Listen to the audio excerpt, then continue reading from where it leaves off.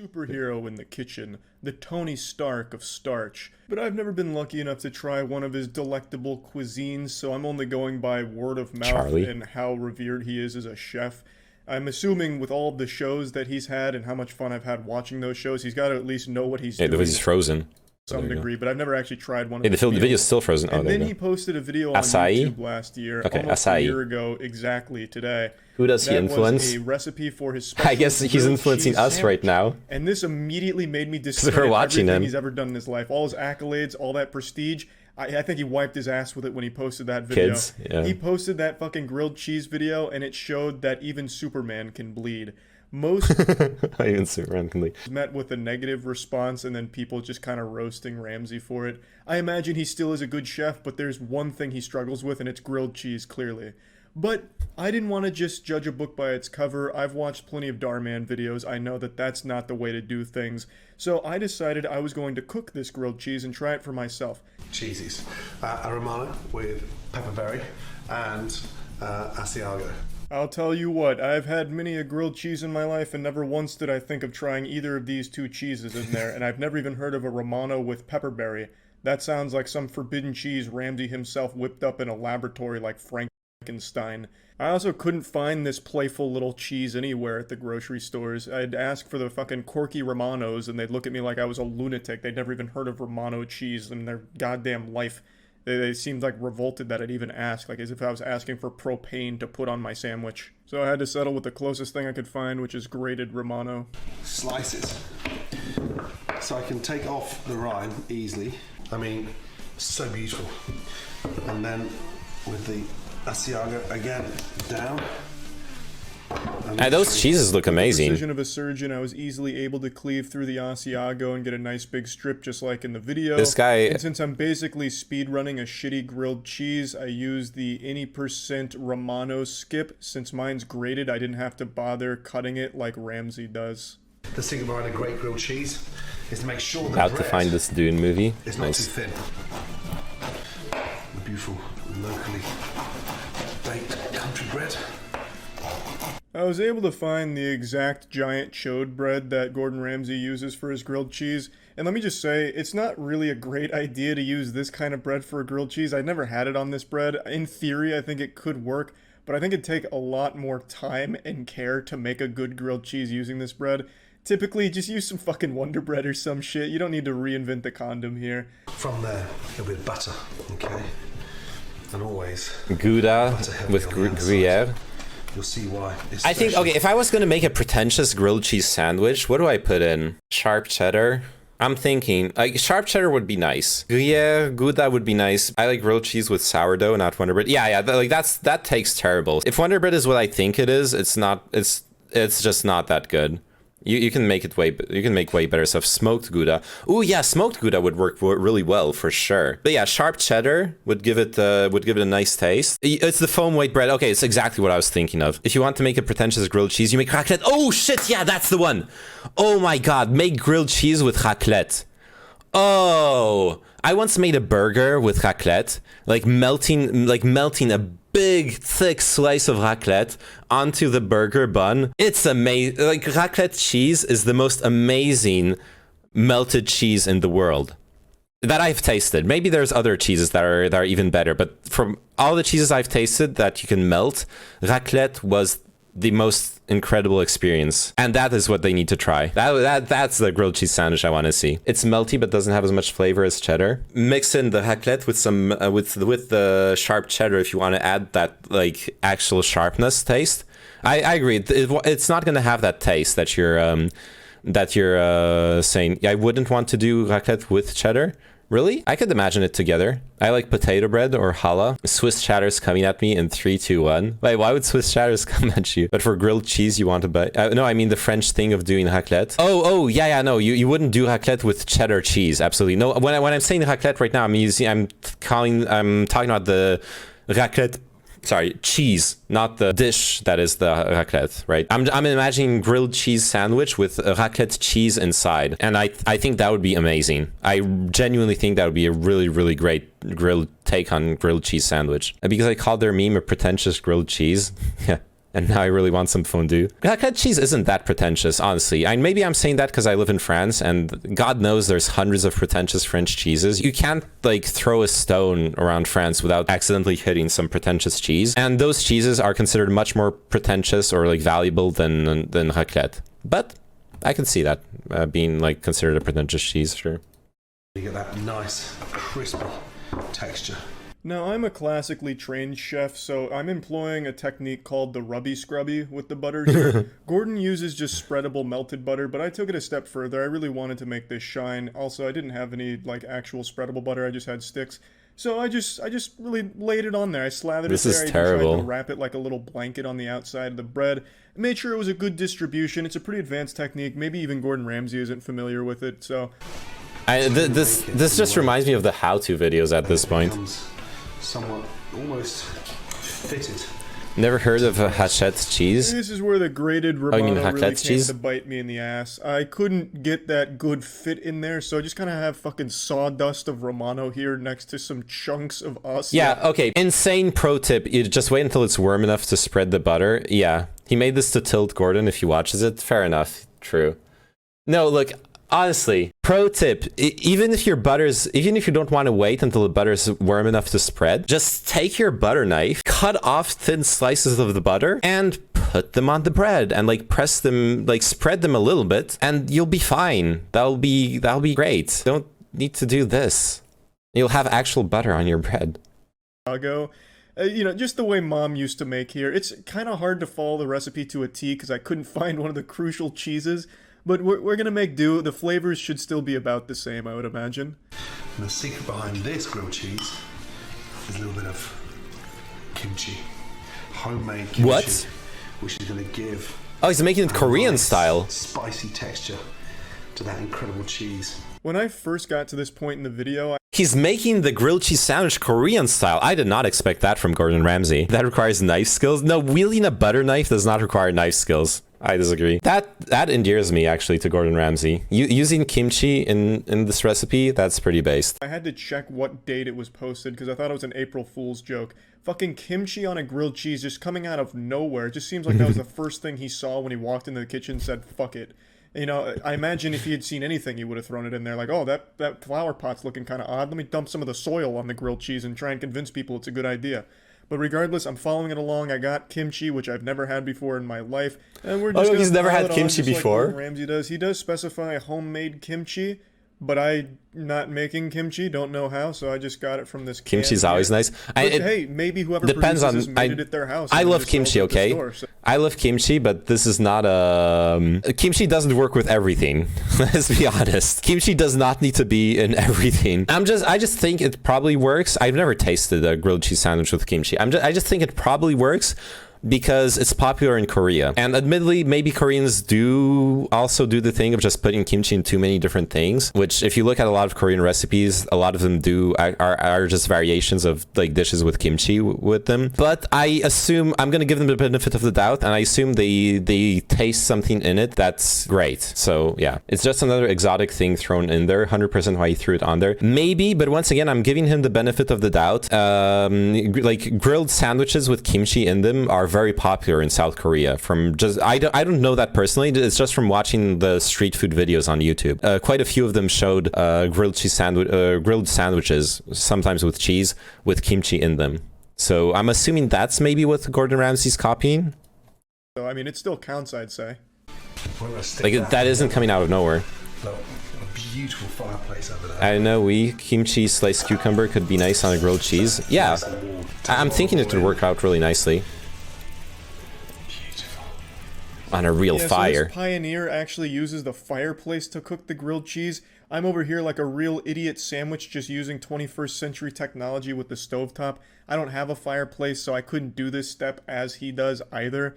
But I have to wonder, why the fuck is he using the fireplace to cook it anyway? I can't imagine that adds much to it. I mean, maybe like... Dude, he didn't wait until the oil was hot to put the bread in. This bread is getting soggy right now. You see the oil, it isn't bubbling. It just, the pan and the oil aren't hot, and he already put the sandwich in. If some of the wood in the fireplace ends up in the sandwich, maybe that's cool. I'm getting triggered. Like some wood chips in there, that'd be cool. But yeah, I couldn't do it, and I wasn't gonna go out back and start a campfire just to follow along. Turn that over. Push that down. And push down. And that helps to get the cheese nicely melted. Turn that over. And look. Beautiful. The cheese is melted. I usually only use butter in the pan, no oil to grill up the yams. Yeah, yeah. Half the chefs he ever encounters a fucking... I would say the only reason not to use butter is if you don't... Butter has a little bit of taste, but vegetable oil pretty much has... you can have vegetable oil not add any taste, but butter will add a little bit of taste, which is usually why you want to use butter, right? The butter will actually make things yummy. For bread, like for a grilled cheese sandwich, I would use butter, 100%. I would not use oil. I think butter would work much better with bread. I need to make a how-to video and show these fools how it's done. You want some of that butter brownie flavor. Exactly, yeah. Like on this sandwich, you definitely want the butter brownie flavor. I 100% agree. Somehow burns the grilled cheese. He just burns the bread and doesn't even manage to melt the cheese. If this is how it's done, then everyone's been fucking up. You know, if your cheese melts, you've ruined the grilled cheese by going... To be fair, he's not... Okay, the bread burning thing is dumb. There's a fucking... Yeah. Like this isn't burnt. It's a little bit burnt, but this is not too bad. Now, the cheese isn't quite melted enough. That's true. I haven't yet seen a non-boring critical video. Well, he's triggering me, and I guess that's the content here. But like, this isn't burnt bread. You can scrape off the charcoal, the carbonized part if you really want to. This is no big deal. Lower heat, simmer on butter. Yeah. Yeah, on lower heat as well, because he's doing it in a fucking fireplace, so you can't control the heat. I guess on lower heat, you could brown it nicely and have the heat... Wait until the heat gets to the cheese to actually melt it. Yeah, Gordon is blowing it. He is blowing it, I just disagree with this guy, like, criticizing it. And doesn't even manage to melt. Ruin the grilled cheese by Gordon standards, it seems. It's really confusing because this is a video. We can all see the cheese is not melted. It's still blocky. It still looks cold. That is I agree with. I don't know if Gordon thought he was on a podcast or something where we weren't able to actually look at his work, so he could just like lie and like about it when the bread is that thick. It's pretty laughable that he's just going against what your eyes are clearly telling you. But anyway, I didn't want to burn mine, so I actually did a better job of cooking this than Gordon does. But everything else is still a disaster. That sound means it's time for a flip.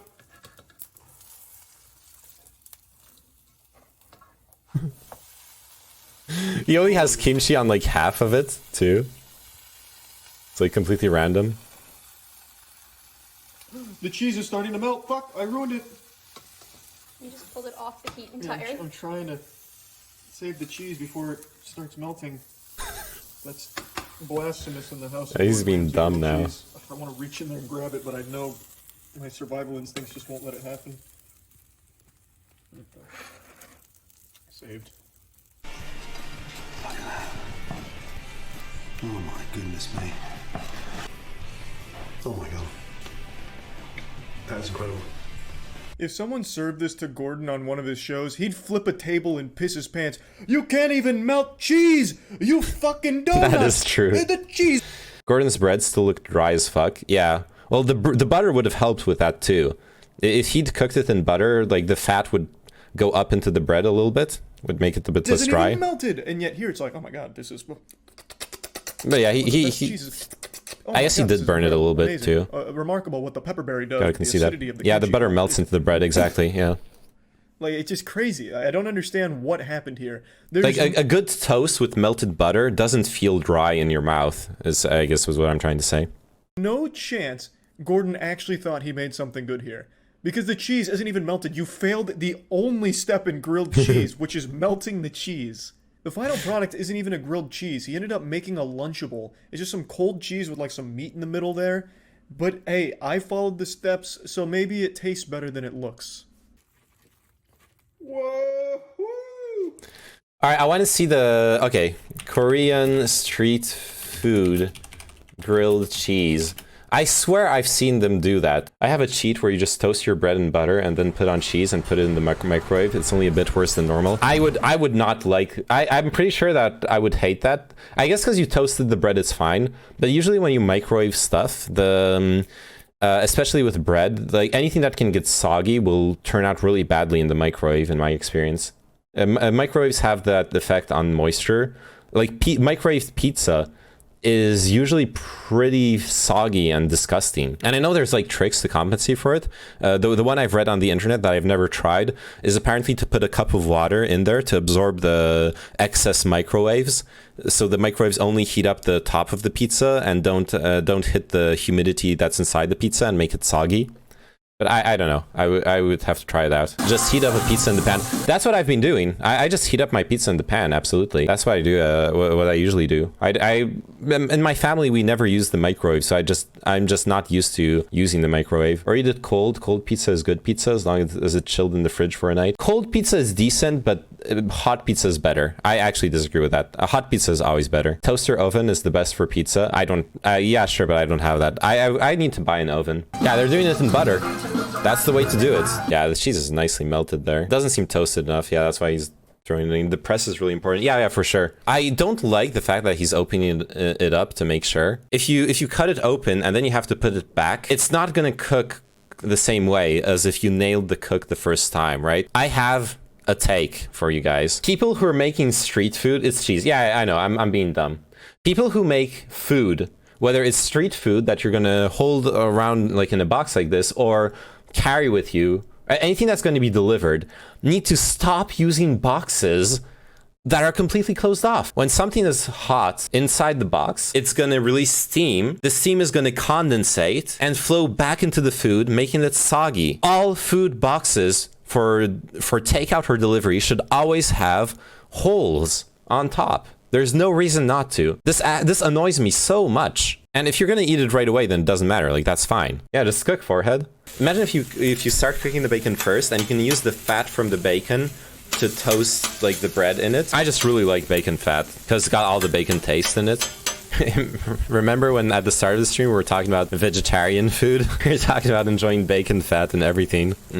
Get some of those cheese-inspired products. Like, what's the term in the US for this stuff? It's like a cheese adjacent product or something. I don't remember. Ooh, the sauce looks good. There's the coom. Pasteurized processed cheese food. Yeah. I was looking up coom sandwich on YouTube, but then started getting into health benefits of drinking coom.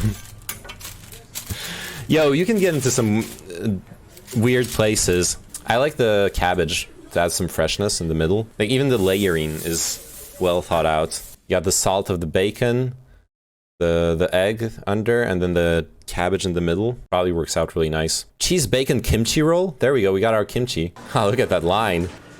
That's an onion. Oh god, nice cutting technique. I wish I could cut this fast. It's so nice to see as well. I need to sharpen my knives, reminds me. Yeah, I need to do that too. I recently learned, apparently you can sharpen your knives on ceramic plates. I'm gonna try that next time I'm doing some cooking. Oh, imagine oh god. Imagine having your eyes above this pan while this huge amount of onions is cooking. Your eyes would melt. My eyes would melt. It's white onion too. That stuff's like really sulfury. Another onion. Let's go. Apple. It's pretty cheap to get your knives sharpened really good by someone else. I actually saw that once. Back when I lived in Saint-Denis, in north of Paris.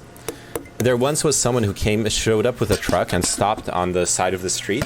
And he just had like a bunch of sharpening tools in there. And he was sharpening knives for the people, for a small bit of money for the people living there. It was interesting to see. It's not something hard to learn and definitely worth learning, Imo. Yeah. Yeah, that's also why I want to do it. I want to just learn to do it. Hey, what's going on here? Is this to make some stock of some sort? Because that's a lot of fruit and spices and stuff like mixed together. Cinnamon? Yeah, they're making stock here. Of some sort, right? I'd have to buy a €150 set of sharpening stones. No, you don't. So I haven't tried it yet, but apparently... So what I saw, that's a lot of bacon, yeah. That is a lot of bacon. So you know how the back of a plate has those ceramic parts that aren't glazed over. So what I've seen in the video, I don't know if this actually works. I need to try it. But what I've seen in the video is that you can use this. You can use this to sharpen your knives, or in this case, a cleaver.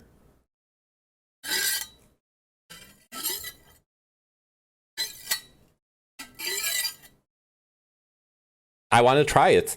But if this, he's now threatening his viewers to subscribe. So anyway, apparently this works. According to some random guy on YouTube. So you know what? Might as well try it. Nice cleaver, I'll sub right now. It is actually a pretty nice cleaver, but it's been getting dull. Even if you want to use a proper whetstone, you need like 2 whetstones at most. If you're ultra cheap, 1 will do. Optionally a honing rod as well, so you don't have to needlessly sharpen as often. Sure, your result won't be as that like a professional's, but it will still be enough. Big professional kitchens sharpen their stuff like that, and it's definitely enough to get the job done. I bought one of those 3-stage electric sharpeners from a pawn shop, and it's really nice. Nice. Is it a cleaver or a Chinese chef knife? I don't know the difference, honestly. They both look like cleavers to me. You'll dull your plate if you do that method, though. Yeah, that's my problem. My plates aren't sharp enough. My plates aren't sharp enough. That is the problem. I want to flip through those bacon stacks as there were stacks of cash. Hells yeah. Did they put... Wait, I missed something. I'm sorry. I'm gonna go back. Did they put anything else in there? Oh, yeah. Okay, so they put the cooked... There's a leaf of I don't know what. What is this leaf? Anyone recognize this leaf? What is it? And then the onions and peppers. Cooked onions, peppers stuff. Oh yeah, that's fine. Yeah, that's what I was expecting. Okay, so they're throwing the... They're throwing the broth on it like a steaming... or glazing type thing. Watching this is torture. I know, right? It kind of is, absolutely.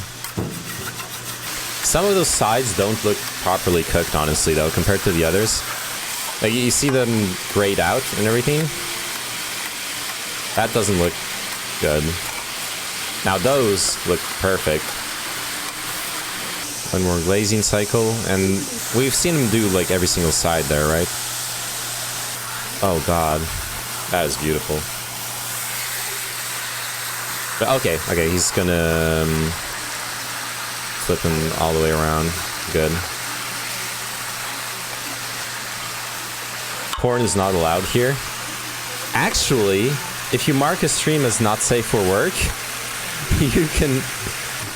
you can go pretty far. This is food porn, absolutely, though.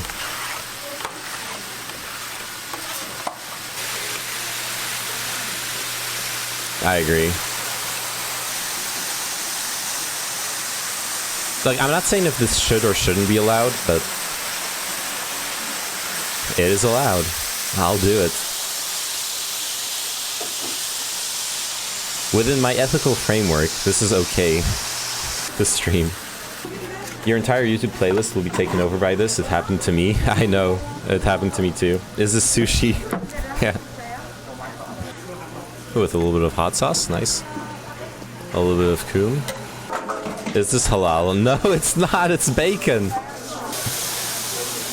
It's literally bacon. I'm back from spreading. I am. Dude, this looks delicious. I want to... Maybe, honestly, this is something we could do. I guess not the whole broth part. That would be really annoying to do. Is this Western sushi? It's Korean. Okay, the broth part would be pretty complicated. Like, the making a big pot of broth is something that makes sense when you run a restaurant. Not so much when you're a single bachelor living by themselves. But apart from the broth, all of this is really easy to make. Like wrapping up bacon with some cooked veggies and kimchi and everything. We could definitely do that.